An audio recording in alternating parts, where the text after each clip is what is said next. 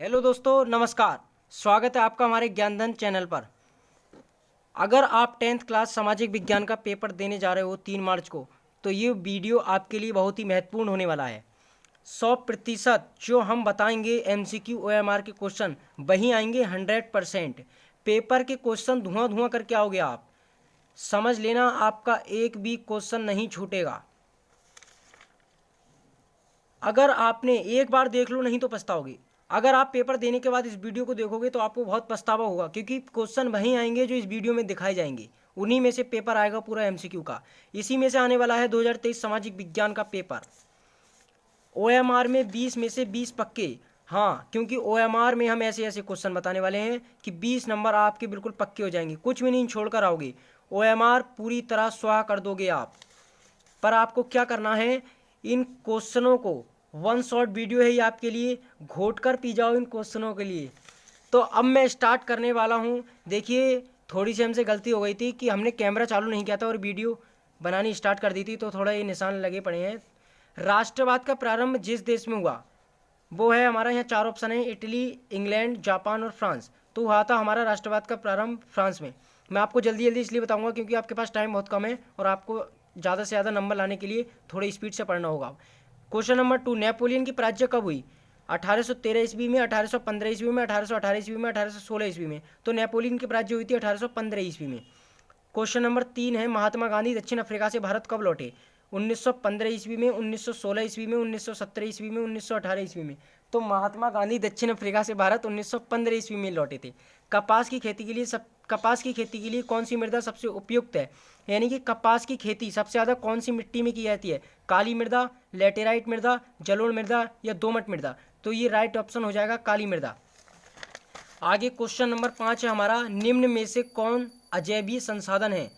चट्टानें, पौधे, पशु या मछलियाँ? ये क्वेश्चन कई बार पूछा गया है बोर्ड एग्जाम में, तो ये हो जाएगा हमारा चट्टानें। क्वेश्चन नंबर 6 हमारा, इटली का एकीकरण किसके नेतृत्व में हुआ? यानी कि इटली का जो एकीकरण वो किसके नेतृत्व में किया गया? जेजुसेप्पे गेरिबाल्डी, ओटो बॉन बिस्मार्क, नेपोलियन या विलियम प्रथम? तो इसका राइट ऑप्शन हो जाएगा ज्यूसेप्पे गेरिबाल्डी।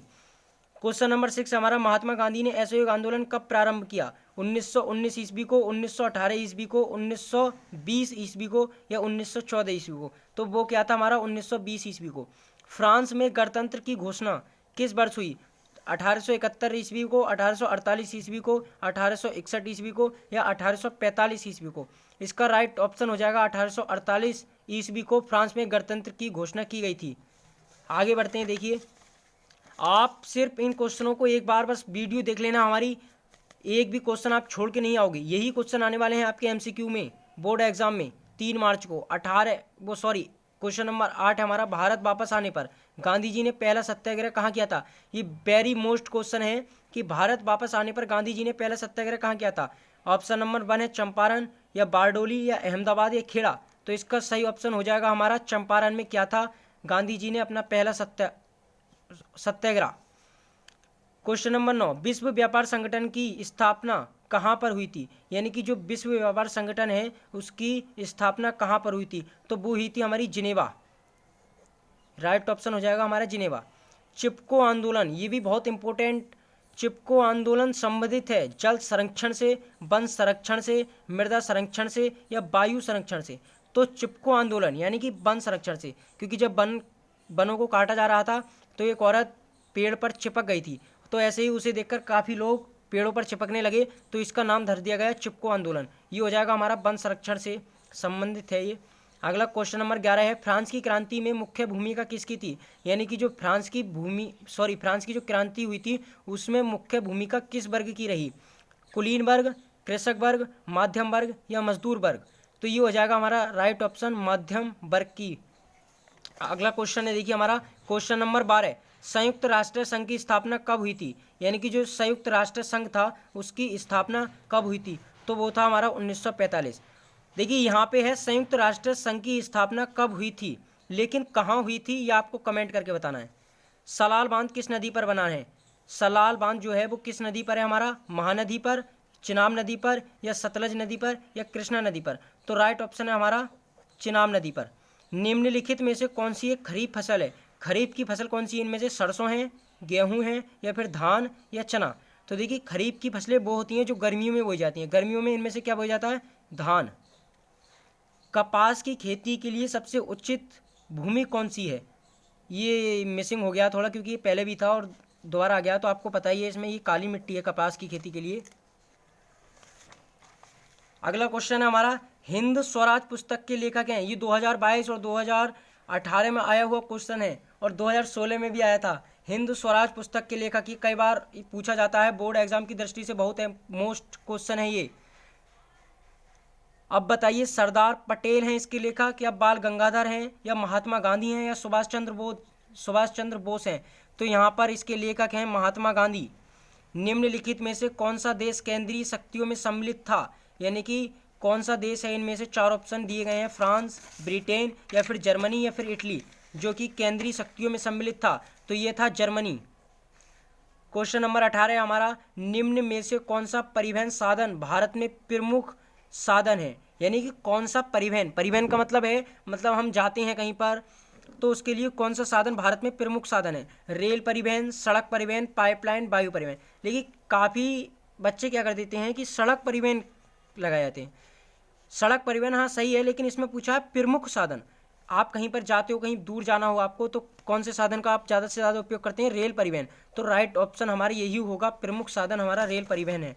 अगला क्वेश्चन है हमारा क्वेश्चन नंबर 19, झारखंड का कोडरमा अग्रणी उत्पादक है, यानी कि जो झारखंड का कोडरमा है वो अग्रणी उत्पादक है किस चीज़ का, अभ्रक का।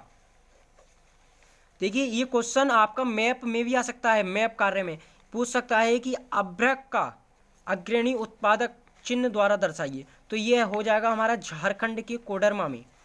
अगला क्वेश्चन हमारा क्वेश्चन नंबर 20, गेट की स्थापना कब हुई थी, यानी कि जो गेट था उसकी स्थापना कब हुई थी। तो ये हुई थी हमारी 1947 ईस्वी में। निम्नलिखित में से कौन सा पुनः चक्रीय है, ये भी कई बार पूछा गया क्वेश्चन है कि निम्नलिखित में से कौन सा पुनः चक्रीय है, लोहा है, पवन ऊर्जा है या ज्वारीय है या पशुधन है। तो इसमें ऑप्शन हो जाएगा सही लोहा, क्योंकि हम इसका उपयोग दोबारा कर सकते हैं। तो आगे बढ़ते हुए हमारा क्वेश्चन नंबर है 22, लाल पीली मिट्टी कहाँ पाई जाती है, लाल और पीली मिट्टी कहाँ पाई जाती है, दक्कन के पठार में, हमारी दादी की पूजा मालवा प्रदेश में या ब्रह्मपुत्र घाटी में या थार रेगिस्तान में। यानी कि लाल और पीली मिट्टी कहाँ पाई जाती है, तो ये राइट ऑप्शन हो जाएगा हमारा, मालवा प्रदेश में पाई जाती है भैया। निम्नलिखित में से कौन सा नवीकरणीय योग्य संसाधन है, नवीकरणीय, पवन ऊर्जा है, जल है, जीवाश्म ईंधन है या वन है। तो भैया हमारा नवीकरणीय जो संसाधन है वो हो जाएगा भैया जीवाश्म ईंधन। जीवाश्म ईंधन की जगह पेट्रोलियम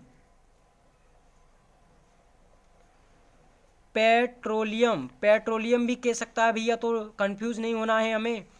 अगला क्वेश्चन है, देश के कुल विद्युत उत्पादक में जल विद्युत का योगदान कितने प्रतिशत है, यानी कि देश का जो कुल विद्युत उत्पादक है उसमें जल विद्युत का योगदान कितने प्रतिशत है हमारा, 18% है, 20% है, 22% है, 25% है। तो राइट ऑप्शन भैया हमारा ये हो जाएगा 22%। आप टेंशन मत लो यार, हम करवाएंगे आपकी तैयारी इतनी अच्छी कि एक भी क्वेश्चन आप छोड़कर नहीं आओगे। 26 नंबर है, निम्नलिखित में से कौन सी एक रेशेदार फसल है। तो हमारी एक रेशेदार जो फसल है वो है जूट। इनमें से कौन सी खाद्यान्न फसल नहीं है, चावल नहीं है, गेहूं नहीं है, मक्का नहीं है, कपास नहीं है। क्योंकि इसमें पूछा खाद्यान्न यानी कि खाने वाली, हम चावल भी खाते हैं, गेहूं भी खाते हैं, मक्का भी खाते हैं, कपास खाते हो क्या, नहीं। तो ये राइट हो जाएगा कि फसल नहीं है तो कपास। अगला क्वेश्चन है हमारा क्वेश्चन नंबर 28, निम्न में से ये किसका कथन है, ये बहुत इंपॉर्टेंट है कि निम्न में से ये किसका कथन है कि जब फ्रांस छींकता है तो बाकी यूरोप को सर्दी और जुकाम हो जाता है। ये किसका कथन है, मेटरनिख का, काबुर का, बिस्मार्क का या मेत्सनी का। तो ये हो जाएगा हमारा सही ऑप्शन मेटरनिख का। फ्रांस की क्रांति हुई, यानी कि जो फ्रांस की क्रांति थी वो किस वर्ष हुई, बहुत ही इंपॉर्टेंट क्वेश्चन है, इसे याद जरूर करना है हमारा।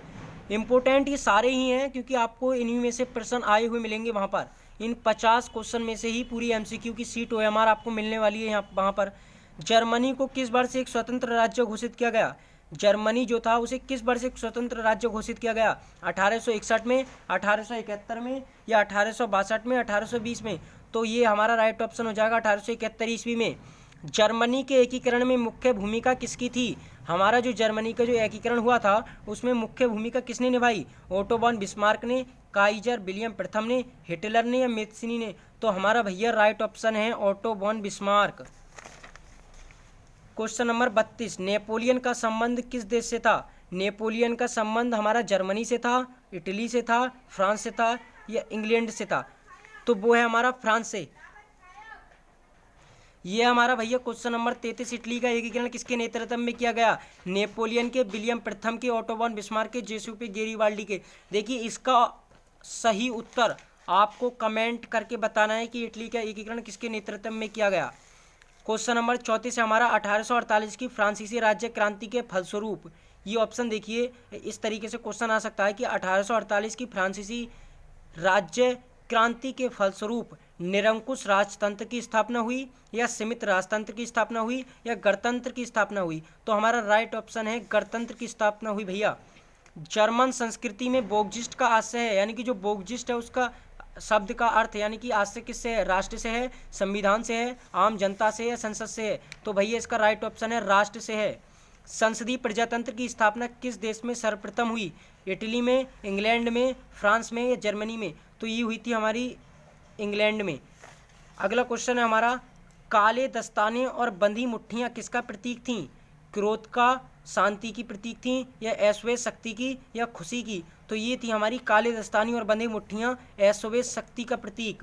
निम्नलिखित में से कौन सा संघीय राज्य नहीं है? संघीय राज्य, देखिए ये ऑप्शन आता है, कई बार आया हुआ है। संघीय राज्य उन्हें कहते हैं जो कि केंद्र शासित ना हो, ठीक है ना। केंद्र शासित जानते हो आप, जो केंद्र शासित होते हैं, जैसे कि अंडमान और निकोबार द्वीप समूह है, दिल्ली है और कई सारे हैं, 8 हैं, अब पहले 7 थे लेकिन अब 8 हो गए। तो ये पूछा निम्नलिखित में से कौन सा संघीय राज्य नहीं है? तो भैया मणिपुर हमारा संघीय राज्य है, हिमाचल प्रदेश हमारा संघीय राज्य है, अरुणाचल प्रदेश हमारा संघीय राज्य है, लेकिन दिल्ली हमारा संघीय राज्य नहीं है, ये केंद्र शासित प्रदेश है।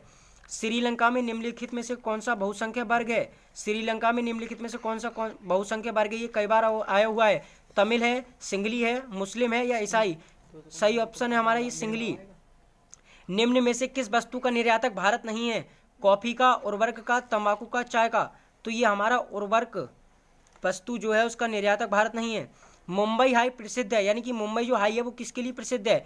तेल शोधक कारखानों के लिए, फिल्मी सिटी के लिए, गेटवे ऑफ इंडिया के लिए, उपयुक्त में से कोई नहीं। तो देखिए मुंबई का नाम सुनते ही अगर आप तुक्का लगाओगे तो ज़्यादातर लोग इसी पे लगाए जाते हैं कि फिल्मी सिटी के लिए प्रसिद्ध है, क्योंकि वहाँ फिल्म ज़्यादा बनाई जाती हैं। लेकिन ये भैया हमारा हो जाएगा ये गलत। हमारा जो राइट है वो है तेल शोधक कारखानों के लिए। अगला है देखिए भैया हमारा 42 नंबर, निम्नलिखित में से कौन सी रबी फसल है? देखिए खरीफ की बताई थी अभी मैंने, खरीफ की जो गर्मियों में बोई जाती हैं, लेकिन रबी की हमारी गेहूं जो है वो रबी की है।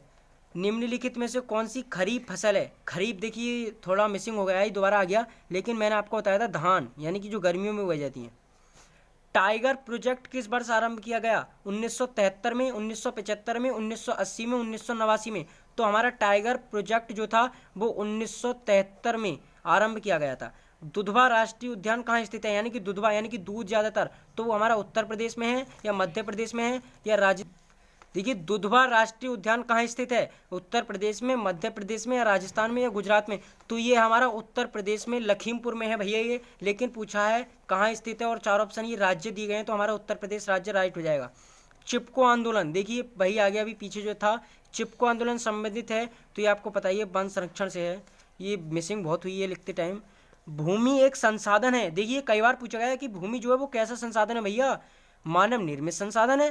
क्या ये इंसान ने बनाया है? नहीं, गलत हो जाएगा। सौर ऊर्जा से निर्मित है? क्या भूमि सौर ऊर्जा से बनी है? ये भी गलत, इनमें से कोई नहीं। और एक ये है प्राकृतिक संसाधन, ये हमारा राइट हो जाएगा, क्योंकि भूमि प्राकृतिक है, संसाधन है हमारा। 48 क्वेश्चन नंबर 48 हमारा, घड़ियाल परियोजना कब शुरू हुई? 1975 में, 1970 में, 1820 में, 1920 में? तो ये हो जाएगा हमारा 1975 ईस्वी में। मानस राष्ट्रीय उद्यान कहाँ है? असम में, उत्तर प्रदेश में, महाराष्ट्र में, मध्य प्रदेश में? ये असम में है। समुद्र से जुड़े राज्यों की संख्या, यानी कि समुद्र से जो राज्य जुड़े हुए हैं उनकी संख्या कितनी है? 5 है, 8 है,